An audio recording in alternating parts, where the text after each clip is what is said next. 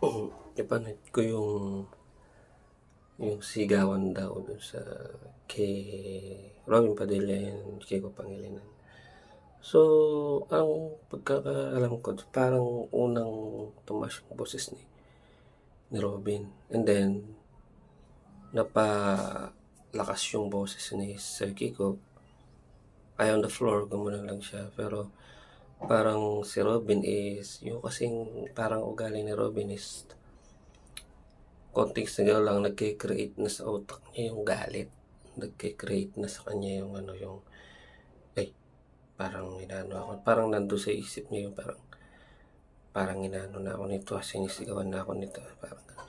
Pero nakikita ko kay Boss Idol Robin is, ano kasi yan parang hindi naman kasi laki sa hirap talaga yan Parang mulat sa pool, mayaman na yan. Parang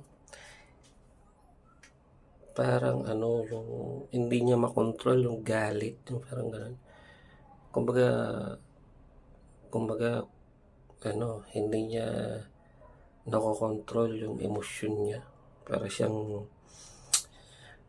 basta nakikita ko doon, para siyang, ano hindi siya professionalism, tawag doon. Parang, kulang sa maturity yung isip ni Idol Robin na parang bata, parang nagsosorry na nga, nag-ano na nga si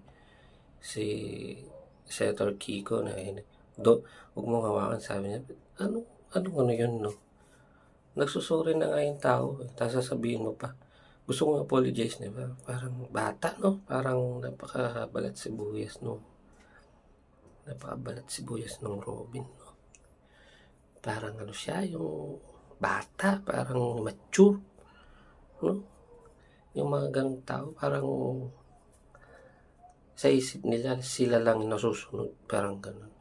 So, dapat matuto tayong magpakumbaba, alam mo yung mga, yung mga siga, yung mga parang walang pinag-aralan, yung mga ganon Ewan ko, ba't may ganon sa mga senado, Naano lang kasi ako, dumikit yan kay Bongbong, kaya binoto ko.